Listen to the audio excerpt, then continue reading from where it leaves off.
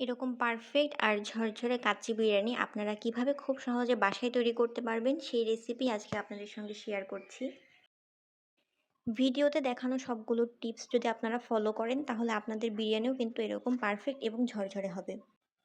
শুরুতেই আমি একটা বাটিতে গুঁড়া দুধ নিয়ে নিচ্ছি প্রায় হাফ কাপের মতন, আর তার মধ্যে লিকুইড দুধ দিয়ে একটা ঘন মিশ্রণ তৈরি করে নেব। এখানে আমি প্রায় 1.5 টেবিল চামচের মতন ঘি ইউজ করছি। এভাবে একটা ঘন মিশ্রণ তৈরি করে আমি এটাকে সাইডে রেখে দেব। বিরিয়ানি তৈরির ক্ষেত্রে শুরুতেই চেষ্টা করবেন কিছু জিনিস হাতের কাছে গুছিয়ে রাখতে, তাহলে বিরিয়ানি তৈরি করা অনেক বেশি ইজি হবে। এবার এই বাটিটাকে আমি সাইডে রেখে দিচ্ছি, আর আরেকটা বাটি নিয়ে আমি তার মধ্যে লিকুইড দুধ দিয়ে দিলাম, আর তার মধ্যে আমি দেব জর্দা রং বা অরেঞ্জ ফুড কালার। আপনাদের কাছে যেটা অ্যাভেলেবেল আছে আপনারা সেটা ইউজ করবেন। আমার কাছে অরেঞ্জ ফুড কালার ছিল, তাই আমি এখানে অরেঞ্জ ফুড কালার 2 থেকে 3 ফোঁটা ইউজ করেছি, আর এটাকেও খুব ভালোভাবে মিশিয়ে একটা সাইডে রেখে দিয়েছি। এবার আমি একটা সিলভারের বড় বিরিয়ানির হাঁড়ি নিয়ে নিয়েছি, তার মধ্যে আমি নিয়েছি 2 কেজি পরিমাণের গরুর মাংস। এর মধ্যে আমি দিয়ে দিয়েছি 1 কাপের মতন টক দই, 2 টেবিল চামচ আদা রসুন বাটা, আর তার সঙ্গে দিচ্ছি বিরিয়ানি মশলা। আমি রাঁধুনির কাচ্চি বিরিয়ানি মশলাটা ইউজ করছি। এই 1 প্যাকেট মশলা ইউজ করলে কিন্তু বিরিয়ানিতে এক্সট্রা কোনো ধরনের মশলা ইউজ করতে হবে না। প্যাকেটে থাকা মশলা দিয়ে সম্পূর্ণ বিরিয়ানিটা তৈরি করা যাবে। এবার দিয়ে দিয়েছি 1 চামচের মতো সয়া সস আর 2 টেবিল চামচের মতন ঘি। সঙ্গে দিয়েছি স্বাদ মতো লবণ। চেষ্টা করবেন বিরিয়ানি সবসময় ঘি দিয়ে তৈরি করতে, কারণ ঘি দিয়ে তৈরি করলে বিরিয়ানির টেস্টটা সবচেয়ে ভালো আসে। এতে আপনি একদম অথেন্টিক টেস্টটা পাবেন। যদি আপনার কাছে ঘি কম থাকে সেই ক্ষেত্রে চেষ্টা করবেন কম ঘি দিয়ে মাংসটাকে ম্যারিনেট করে নিতে, কিন্তু তারপরও সয়াবিন তেল দিয়ে বা অন্য কোনো তেল দিয়ে বিরিয়ানি মাংস ম্যারিনেট করবেন না, সবসময় চেষ্টা করবেন ঘি দিয়েই ম্যারিনেট করতে। এবার আমি মাংসের সঙ্গে মিশিয়ে দেব কিছুটা পরিমাণে টমেটো সস। টমেটো সস বেশি দেওয়া যাবে না, এতে কিন্তু টমেটো সসের ফ্লেভারটা অতিরিক্ত আসবে, তখন বিরিয়ানি খেতে অতটা ভালো লাগবে না। অল্প পরিমাণে সস দিয়ে আমি সম্পূর্ণ মাংসটাকে খুব ভালোভাবে আবারও ম্যারিনেট করে নিয়েছি। এইবার আমি ওপর থেকে দিয়ে দিচ্ছি আগে থেকে করে রাখা পেঁয়াজের বেরেস্তা।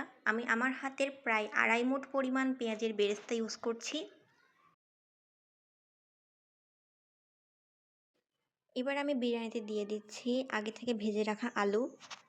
আলুটাকে আমি নুন আর হলুদ দিয়ে ভেজে নিয়েছি। অনেকে এখানে ফুড কালার ইউজ করে দেখার সৌন্দর্যের জন্য। আপনারা চাইলে ফুড কালার ইউজ করতে পারেন। আমার কাছে এভাবে ভালো লাগে, তাই আমি শুধু নুন আর হলুদ দিয়ে ভেজে নিয়েছি। আলুগুলোকে খুব ভালোভাবে বিরিয়ানির উপরে সাজিয়ে নেওয়ার পর আমি এখানে দিয়ে দেব স্বাদ মতন কাঁচামরিচ। বিরিয়ানিতে কোনো ধরনের গুঁড়া মরিচ বা শুকনা মরিচ ইউজ করা যাবে না। কয়েকটা কাঁচামরিচ আমি এইভাবে আস্ত দিয়ে দেব, আর কয়েকটা মাঝখান থেকে ভেঙে দেব।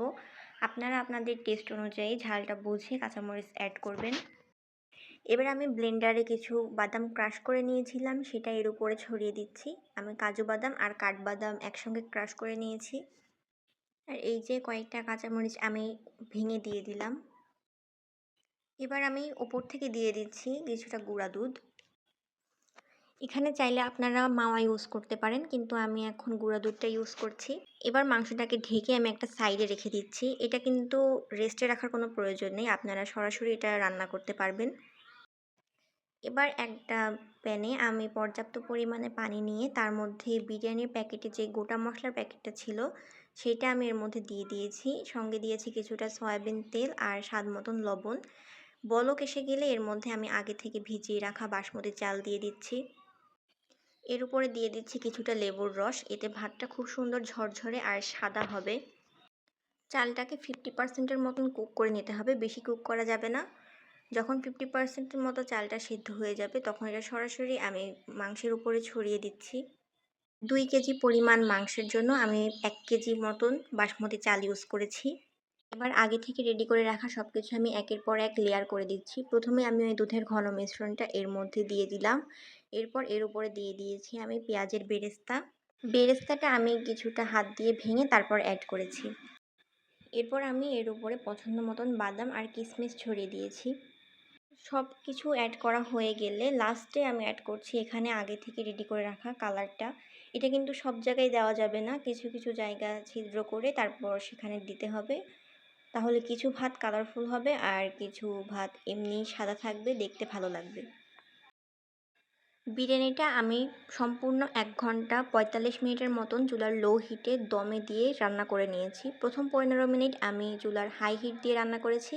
বাকি সময়টা আমি লো হিটে দম দিয়ে রান্না করেছি। আপনারা অবশ্যই এই টাইমিংটা ফলো করবেন, তাহলে দেখবেন মাংস একদম পারফেক্টলি কুক হয়ে গেছে আর ভাতও গলে যাবে না, ঠিকঠাক হবে বিরিয়ানিটা। আপনাদের বোঝার সুবিধার্থে আমি বিরিয়ানিটাকে কেটে সার্ভ করে দেখাচ্ছি, তাহলে আপনারা বুঝতে পারবেন যে বিরিয়ানিটা কতটা ঝরঝরে এবং পারফেক্ট হয়েছে।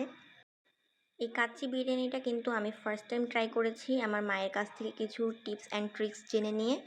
যারা নতুন রাঁধুনি আছেন তারা যদি সবগুলো টিপস ফলো করেন তাহলে আপনাদের কাচ্চি বিরিয়ানিও কিন্তু এরকম পারফেক্ট হবে। চেষ্টা করবেন আমি যে মেজারমেন্টগুলো বলেছি আর যে টাইমিংটা বলেছি সেটা ফলো করে তৈরি করা, তাহলে কিন্তু আপনাদের বিরিয়ানিও এরকম পারফেক্ট হবে। বাড়িতে অবশ্যই একবার হলেও ট্রাই করবেন আর আমাকে কমেন্টে অবশ্যই জানাবেন যে আপনাদের বিরিয়ানি কেমন হলো। আশা করি আজকের ভিডিওটি আপনাদের কাছে ভালো লেগেছে। আর পরবর্তীতে কী ধরনের ভিডিও দেখতে চাচ্ছেন সেটা আমাকে কমেন্টে অবশ্যই জানাবেন, তাহলে আমি সেই অনুযায়ী ভিডিও আপলোড করার চেষ্টা করব। সবার সুস্থতা কামনা করে আজকের ভিডিও এখানেই শেষ করছি। আল্লাহ হাফেজ।